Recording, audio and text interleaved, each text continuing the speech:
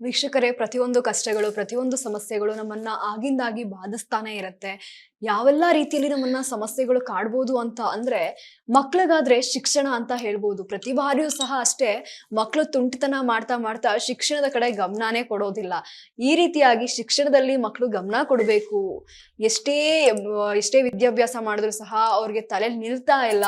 ಬರೀ ತುಂಟತನ ಮಾಡ್ಕೊಂಡು ಬರೀ ಆಟದಲ್ಲೇ ಉಳ್ಕೊಂಡಿದ್ದಾರೆ, ಪಾಠವನ್ನ ಕಲಿತಾ ಇಲ್ಲ ಅನ್ನೋಂಥವ್ರು ಖಂಡಿತವಾಗೂ ನಿಮ್ಮ ಮಕ್ಕಳ ಉಜ್ವಲ ಭವಿಷ್ಯಕ್ಕಾಗಿ ನಿಮ್ಮ ಸ್ಕ್ರೀನ್ ಮೇಲೆ ಡಿಸ್ಪ್ಲೇ ಆಗ್ತಿರುವಂತಹ ನಂಬರ್ಗೆ ಕರೆ ಮಾಡ್ಬೋದು. ಇನ್ನು ಉದ್ಯೋಗ, ಅದರ ಜೊತೆಗೆ ನಿರುದ್ಯೋಗ ಅನ್ನೋದು ಎಷ್ಟು ರೀತಿಯಲ್ಲಿ ಯುವಕರನ್ನ ಖಿನ್ನಿಸ್ತಾ ಇದೆ ಅಂತ ಅಂದ್ರೆ, ಒಂದ್ ರೀತಿ ಮಾನಸಿಕವಾಗಿ ಖಿನ್ನತೆಗೆ ಒಳಗಾಗ್ಬೇಕು ಆ ರೀತಿ ಮಾಡ್ತಾ ಇರುವಂತದ್ದು.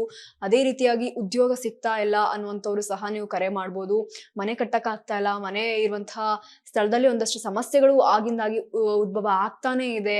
ಈ ರೀತಿ ಎಲ್ಲ ಸಮಸ್ಯೆ ಇರುವಂತವ್ರು ಖಂಡಿತವಾಗೂ ನಿಮ್ಮ ಸ್ಕ್ರೀನ್ ಮೇಲೆ ಡಿಸ್ಪ್ಲೇ ಆಗ್ತಿರುವಂತಹ ನಂಬರ್ಗೆ ಕರೆ ಮಾಡಿ ತಪ್ಪದೆ ನಿಮ್ಮೆಲ್ಲ ಸಮಸ್ಯೆಗಳಿಗೆ ಪರಿಹಾರ ಪಡ್ಕೊಳ್ಳಿ. ಗುರುಮಾತಾ, ಇನ್ನು ಈಗಾಗಲೇ ತಿಳಿಸ್ಕೊಟ್ರಿ ಕಾಶಿ ವಿಶ್ವೇಶ್ವರನ ಒಂದಷ್ಟು ರೀತಿಯ ಒಂದಷ್ಟು ಇದ್ರ ಬಗ್ಗೆ. ಆದ್ರೆ ನಾವು ಕಾಶಿಯಲ್ಲಿ ಮುಖ್ಯವಾಗಿ ಗಮನಿಸುವಂತದ್ದು ಅಮ್ಮ, ಶವಗಳನ್ನ ಅಲ್ಲೇ ಸುಡೋ ಅಂತದ್ದು, ಅದೇ ರೀತಿಯಾಗಿ ಎಲ್ಲಾರು ಸಹ ಅಲ್ಲೇ ವಾಸ ಮಾಡುವಂತದ್ದು. ಅಮ್ಮ, ಮುಖ್ಯವಾಗಿ ಗಂಗಾ ಜಲ ಪವಿತ್ರವಾದಂತಹ ಜಲ ಅಂತ ಹೇಳ್ತೀವಿ. ಆದ್ರೆ ಕಾಶಿಯಲ್ಲಿರುವಂತಹ ಗಂಗಾ ಜಲದ ಮುಂದೆನೆ ಶವಗಳನ್ನ ಸುಡ್ತೀವಿ. ಅದೇ ರೀತಿಯಾಗಿ ಶವದ ಬೂದಿಯನ್ನ ತಗೊಂಡು ಹೋಗಿ ನಾವು ಗಂಗಾ ಜಲದಲ್ಲಿ ಬಿಟ್ಟು ಬರ್ತೀವಿ. ಇದು ಎಷ್ಟು ಮಟ್ಟಿಗೆ ಸರಿ? ಅದು ಒಳ್ಳೇದಾ? ಮತ್ತೆ ಯಾವ ಕಾರಣಕ್ಕೆ ನಾವು ಕಾಶಿಯಲ್ಲಿ ಹೆಣವನ್ನ ಸುಡೋದು ಉತ್ತಮವಾದಂತಹ? ನೋಡಿ, ಕಾಶಿಲೆ ಯಾಕೆ ಇಲ್ಲಿಂದ ಹೋದವರು ಸಪೋಸ್ ರಿಟರ್ನ್ ಆಗ್ಲಿಲ್ಲ ಅಂದ್ರೆ ಅಲ್ಲೇ ಯಾಕೆ ಸುಡಬೇಕು? ಆ ಕಡೆ ಅಕ್ಕಪಕ್ಕದಲ್ಲಿ ಇರೋಂಥವ್ರನ್ನು ಸಹ ತಂದು ಅಲ್ಲಿ ಯಾಕೆ ಮಾಡ್ತಾರೆ ಅಂತ ಅಂದ್ರೆ, ಅದರ ಅಗ್ನಿಸ್ಪರ್ಶ ಯಾಕೆ ಮಾಡ್ತಾರೆ ಅಂತ ಅಂದ್ರೆ ಅಲ್ಲೇನೆ ಅವರು ಬೂದಿ ಆಗಂಥದ್ದು. ಹಾಗಾಗಿ ಇದನ್ನೇ ತಗೊಂಡೋಗಿ, ಆ ಬೂದಿನೇ ತಗೊಂಡೋಗಿ ನೀರಲ್ಲಿ ಕರಗ್ಸ ಅಂಥದ್ದು ಮೋಕ್ಷಕ್ಕೆ. ಹಾಗಾಗಿ ಅಲ್ಲೇ ಯಾಕಾಗುತ್ತೆ? ಆ ಗಂಗೆ ಅನ್ನೋಂಥದ್ದು ಎಷ್ಟು ಪವಿತ್ರತೆ ಅಲ್ವೇ? ಹಾಗಾಗಿ ಗಂಗಾದೇವಿಗೇನೆ ಶಿವನ್ ಹೇಳಿದಂಥದ್ದು. ಇಲ್ಲಿ ಬರೋ ಅಂಥವ್ರಿಗೆ, ಈ ರೀತಿ ಆಗೋ ಅಂಥವ್ರಿಗೆ ಎಲ್ಲಾರ್ನೂ ಸರಿ, ನೀನು ಯಾವುದೇ ಒಂದು ಜಾತಿ ಕುಲ ನೋಡ್ದಿರ ಇಲ್ಲಿ ಬರೋ ಅಂಥವ್ರನ್ನೆಲ್ಲರೂ ನೀನು ಆತ್ಮಗಳನ್ನ ಶಾಂತಿ ಪಡಿಸ್ಬೇಕು ಅಂತ ಹೇಳ್ಬಿಟ್ಟಿದ್ದಾರೆ. ಅದಕ್ಕೋಸ್ಕರನೇ ಎಲ್ಲ ಆತ್ಮನೂ ಅಲ್ಲಿ ಶಾಂತಿ ಆಗೋಂಥದ್ದು. ಎಂಥವರೇ ಹೋಗಿರಲಿ, ಅಲ್ಲಿ ಅಗ್ನಿ ಸ್ಪರ್ಶನೆ, ಭೂಮಿಲೇ ಮುಚ್ಚ ಅಂಥದ್ದು ಏನಿಲ್ಲ, ಮಣ್ಣು ಮಾಡೋ ಅಂಥದ್ದು ಅಲ್ಲಿ ಅವಶ್ಯಕತೆನೇ ಇಲ್ಲ. ಆ ಥರ ಇಲ್ವೂ ಇಲ್ಲ. ಎಲ್ಲರನ್ನೂ ಅಗ್ನಿಲೇ ಸ್ಪರ್ಶ ಮಾಡೋ ಅಂಥದ್ದು, ಅಗ್ನಿಲೇನೆ ಸುಡೋ ಅಂಥದ್ದು. ಯಾಕೆ ಅಂತಂದರೆ ಅಲ್ಲಿ ಆವಾಗ ದಹನ ಮಾಡೋ ಅಂಥದ್ದು. ಆಗ ಮಾತ್ರನೇ ಅಲ್ಲಿ ಗಂಗೆಲೇ ಹೋಗೋ ಅಂಥ ಆ ಬೂದಿ ಆಗಿರೋ ಅಂಥ ಮನುಷ್ಯ ನೋಡಿ ಒಂದು ಕ್ಷಣ ಮಾತ್ರದಲ್ಲಿ ಬೂದಿ ಆಗೋಗ್ತಾನೆ. ಏನೇನೂ ಇಲ್ಲ ಶ್ರೇಷ್ಠ. ಅದಕ್ಕೆ ಹೇಳೋದು, ಇರೋವರೆಗೂ ಒಳ್ಳೇದು ಮಾಡಿ, ಇರೋವರೆಗೂ ಒಳ್ಳೇದನ್ನೇ ನೆನೆಸ್ಕೊಳ್ಳಿ ಅಂತ ಹೇಳೋದು. ಯಾವತ್ತಿದ್ರೇನೋ ಒಂದು ದಿವಸ ನಾವು ಹೋಗ್ತೀವಿ. ಆ ದಿನವರೆಗಾದ್ರೂ, ಹೋಗೋವರೆಗಾದ್ರೂ ಒಳ್ಳೆತನ ನಾವು ಮಾಡಲೇಬೇಕು ಖಂಡಿತವಾಗ್ಲೂ. ಅದೇ ರೀತಿ ಅಲ್ಲಿ ಸುಡೋ ಅಂಥ ಒಂದು ಹೆಣಗಳಾಗಲಿ, ಅಲ್ಲಿ ನಡೆಯೋ ಅಂಥದ್ದು ಯಾವುದೇ ಆಗಿರಲಿ, ಆ ಶಿವನಿಗೆ ಶ್ರೇಷ್ಠ. ಆ ಶಿವನೇ ಮುಕ್ತಿ ಕೊಡೋ ಅಂಥ ಸ್ಥಳ. ಅದಕ್ಕೋಸ್ಕರನೇ ಆ ಮುಕ್ತಿ ಆದಂಥ ಸ್ಥಳ ಕಾಶಿ. ಆ ಕಾಶಿ ವಿಶ್ವನಾಥನ ಹತ್ರನೇ ಇದೆಲ್ಲ ನಡೀತಾ ಇರೋಂಥದ್ದು. ಆ ಗಂಗೆ ಮೋಕ್ಷಕ್ಕೆ ಕಳಿಸ್ತಾಳೆ. ಗಂಗೆ ಹತ್ರ ಶುದ್ಧ ಆಗೋ ಅಂಥದ್ದು.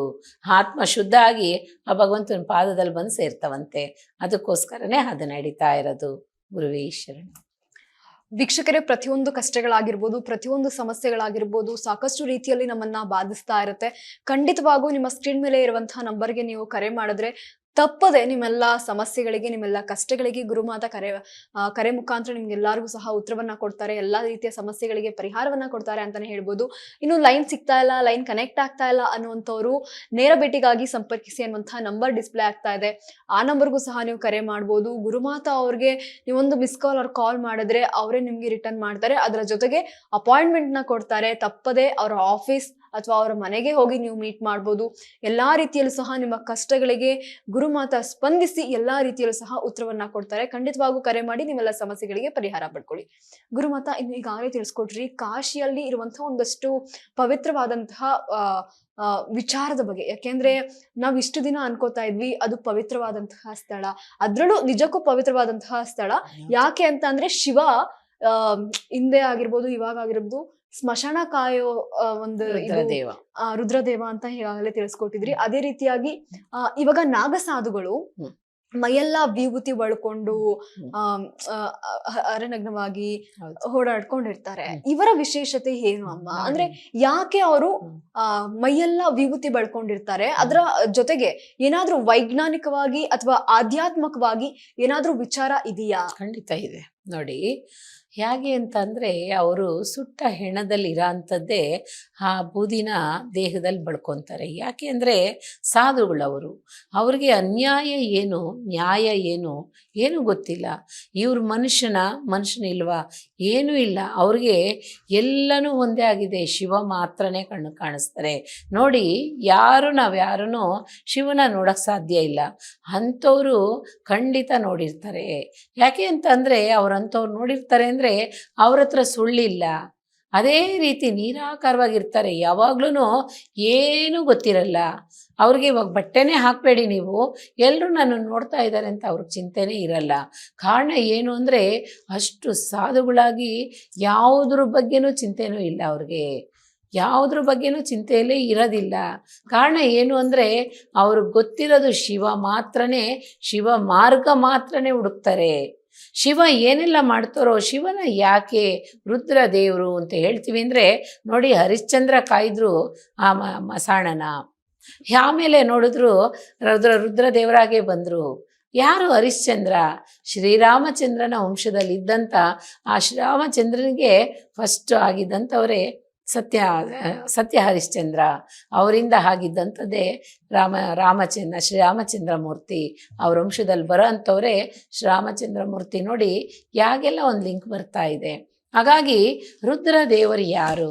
ಆ ಪರಮಾತ್ಮ ಹರಹರ ಮಹಾದೇವನೇ, ದೇವರ ದೇವ ಮಹಾದೇವ ಅಂತ ಹೇಳ್ತೀವಿ.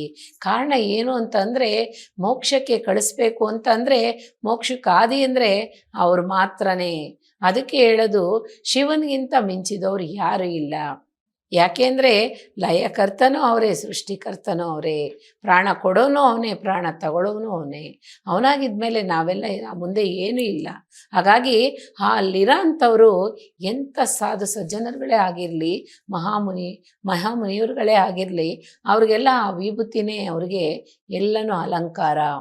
ಹಾಗಾಗಿ ಅವ್ರನ್ನ ನೀವು ಅಲ್ಲಿ ಹೋಗ್ಬಿಟ್ಟು ಸುಮ್ಮನೆ ಏನು ಈ ಥರ ಇದ್ದಾರೆ ನೀವು ಅಂದ್ಕೊಂಡು ಬಂದ್ರ ಅಂದರೆ ಪಾಪ 7 ವರ್ಷದ ಪಾಪ ನಿಮ್ಮ ತಲೆಯಲ್ಲಿ ಬಂತು ಅಂತ ಅರ್ಥ. ಯಾವ ಕಾರಣಕ್ಕೂ ಸರಿ ಅವ್ರುಗಳನ್ನ ನೋಡಿ ಅಸಹ್ಯ ಪಡಬಾರ್ದು. ಅದೇ ರೀತಿ ಯಾವ ಕಾರಣಕ್ಕೂ ಬಟ್ಟೆ ಹಾಕದಿರ ಇರೋ ಅಂಥವ್ರು ಸಾಧುಗಳಿದ್ದಾರೆ. ಅವ್ರನ್ನೂ ಸಹ ನೀವು ಏನೇನೂ ಅನ್ಕೋಬಾರ್ದು. ಕಾರಣ ಅವ್ರಿಗೆಲ್ಲರೂ ಬಂದು ಶಿವನಲ್ಲಿ ಇರೋಂಥ ಐಕ್ಯ ಆಗಿರೋಂಥ ಸಾಧು ಸಜ್ಜನರುಗಳು. ಅವ್ರಿಗೆ ಯಾವ ಪಾಪನೂ ಇಲ್ಲ ನೋಡಿ. ಅಂಥವ್ರಿಗೆ ಯಾವ ದೋಷನೂ ಇಲ್ಲ, ಪಾಪನೂ ಇಲ್ಲ, ಕರ್ಮನೂ ಇಲ್ಲ, ಯಾವುದೂ ಇಲ್ಲ. ಅವರು ಹೋದ್ರು ಅಂದರೆ ತಕ್ಷಣ ಶಿವನೋಗಿ ಸೇರ್ತಾರೆ. ಅವ್ರಿಗೆ ಮತ್ತೆ ಜನ್ರೇಷನಲ್ಲಿ ಬರೋ ಅಂಥದ್ದು ಇಲ್ಲ, ಜನ್ಮನೇ ಇಲ್ಲ ಅವ್ರುಗಳಿಗೆ, ಮರು ಜನ್ಮನೇ ಇಲ್ಲ, ಭಗವಂತನೋಗಿ ಸೇರೋದೇ. ಕಾರಣ ಏನು ಅಂದರೆ ಯಾವ ಪಾಪಕ್ಕೂ ಈಡಾಗಿಲ್ಲ, ಯಾವ ಕರ್ಮಕ್ಕೂ ಈಡಾಗಿಲ್ಲ ಅವ್ರುಗಳು. ಯಾವಾಗಲೂ ಶಿವ ಶಿವ ಶಿವ ಹರಹರ ಮಹಾದೇವ ಅಂತಲೇ ಇದ್ದಾರೆ. ಅದರಲ್ಲಿ ಹೋಗಿ ಬೇರೆಯವ್ರು ಸೇರ್ಕೊಂಡಿದ್ದಾರೆ. ಅವರಲ್ಲಿ ಮಾಡಿರೋ ಅಂಥ ತಪ್ಪುಗಳು ಎಲ್ಲನೂ ಅವ್ರವ್ರಿಗೆ ತಿದ್ದುಕೊಂಡು ಮತ್ತೆ ವಾಪಸ್ಸು ಬಂದಿದ್ದಾರೆ. ಎಲ್ಲರೂ ಆಗೋಕ್ಕಾಗಲ್ಲ ಸಾಧು ಸಜ್ಜನರು. ಯಾರಾಗಬೇಕು ಅಂತ ಆ ಶಿವನ ಆಜ್ಞೆ ಇದೆಯೋ ಅವ್ರು ಮಾತ್ರ ಸಾಧ್ಯ. ನೋಡಿ, ತಿರುವಣ್ಣಾಮಲೆಯಲ್ಲಿ ಎಷ್ಟೋ ಜನ ಗಿರಿ ಮೇಲೆ ಹೋಗಿ ಎಷ್ಟೋ ಜನ ತಪಸ್ಸು ಮಾಡಿಕೊಂಡು ಪ್ರಾಣ ಬಿಟ್ಟಿದ್ದಾರೆ. ಅದೇ ರೀತಿ ಪ್ರಾಣ ಸಮೇತ ಹೋಗಿ ಜೀವ ಸಮಾಧಿಗಳು ಆಗಿದ್ದಾರೆ. ಕಾರಣ ಆ ಬೆಟ್ಟದ ರೌಂಡು ಯಾವಾಗ್ಲೂ ಪೌರ್ಣಮಿಗೆ ಒಮ್ಮೆ 108 ಸರಿ ಪಾರ್ವತಾದೇವಿ ಪ್ರದಕ್ಷಿಣೆ ಮಾಡ್ತಾರೆ. ಅದಕ್ಕೋಸ್ಕರನೇ ಅಲ್ಲಿ ಏನೇ ಆದ್ರೇನು ಆ ಪಾರ್ವತಾ ಸ್ವರೂಪಿಣಿನೂ ಶಿವನಿಂದ ಅರ್ಧನಾರೀಶ್ವರರಾಗಿ ಇದ್ದಾರೆ. ಇಬ್ಬರು ಸೇರಿ ಅವ್ರುಗಳಿಗೆ ಆಶೀರ್ವಾದ ಕೊಡ್ತಾರೆ. ಇಲ್ಲಿ ಏನೆಲ್ಲ ನಡೀತಾ ಇದೆಯೋ ಅದೇ ರೀತಿ ಕಾಶಿಲಿ ಇರೋಂಥವ್ರಿಗೆ ಆ ವಿಭೂತಿ ಹಾಕ್ಕೊಂಡು ದೇಹ ಎಲ್ಲ ಹಾಕ್ಕೊಳ್ತಾ ಇರೋರಿಗೆ ನೋಡಿ, ಆ ವಿಭೂತಿ ಯಾರ ದೇಹದಲ್ಲಿ ಹೋಗುತ್ತೋ ಅವರು ಸುಟ್ಟು ಹೋದ್ರಲ್ಲ, ಅವ್ರ ಭಸ್ಮ ಈ ದೇಹದ ಮೇಲೆ ಬರುವಾಗ ಅವ್ರ ಪಾಪ ಎಲ್ಲ ಹೋಗ್ಬಿಡುತ್ತಂತೆ. ಅದಕ್ಕೆ ಕಾಶಿಲಿ ಹೋದವರು ಏನಾದರೂ ಪ್ರಾಣ ಬಿಟ್ಟರು ಅಂದರೆ ವಾಪಸ್ ತರಬಾರ್ದು. ಅವರೆಂಥವರೇ ಆಗಿರಲಿ ತರಬಾರ್ದು. ಅಲ್ಲೇ ಅವ್ರಿಗೆ ದಹನ ಆಗಬೇಕು. ಈ ಥರ ಒಂದೊಂದು ವಿಶೇಷತೆ ಇದೆ. ನಾವು ತಿಳ್ಕೊಬೇಕು ಅಂದರೆ ಖಂಡಿತ ಸಾಧ್ಯನೇ ಇಲ್ಲ. ದಿನಗಳು ಆಗಲಿ ಟೈಮ್ ಆಗಲಿ ಹೋಗ್ತಾ ಹೋಗ್ತಾ ತಿಳ್ಕೊಳ್ಳೋಣ ಒಂದೊಂದೂ. ಹಾಗಾಗಿ ಕಾಶಿ ವಿಶ್ವನಾಥರ ಹತ್ರ ಮೋಕ್ಷ ಸ್ಥಳ. ಖಂಡಿತ ಗಂಗೆಲೇ ಸ್ನಾನ ಮಾಡಿಕೊಂಡು ನಮ್ಮಲ್ಲಿರೋ ಅಂಥ ಪಾಪ ಕರ್ಮನ ಕಳೆಯೋಂಥ ಸ್ಥಳ. ಖಂಡಿತ ಹೋಗಬೇಕು ಅನ್ನೋರಿಗೂ ಹೋಗಿ ಬನ್ನಿ. ಆ ದೇವಿ ಗಂಗಾದೇವಿ ಆ ಗಂಗಾ ಜಲನ ತಲೆಯಲ್ಲೇ ಹಾಕ್ಕೊಂಡು ಸ್ನಾನ ಮಾಡುವಾಗ ಪಾಪ ಎಲ್ಲ ಮುಕ್ತಿ ಆಗುತ್ತೆ. ಒಳ್ಳೆಯದಾಗಲಿ. ಗುರುವೇ ಶರಣು.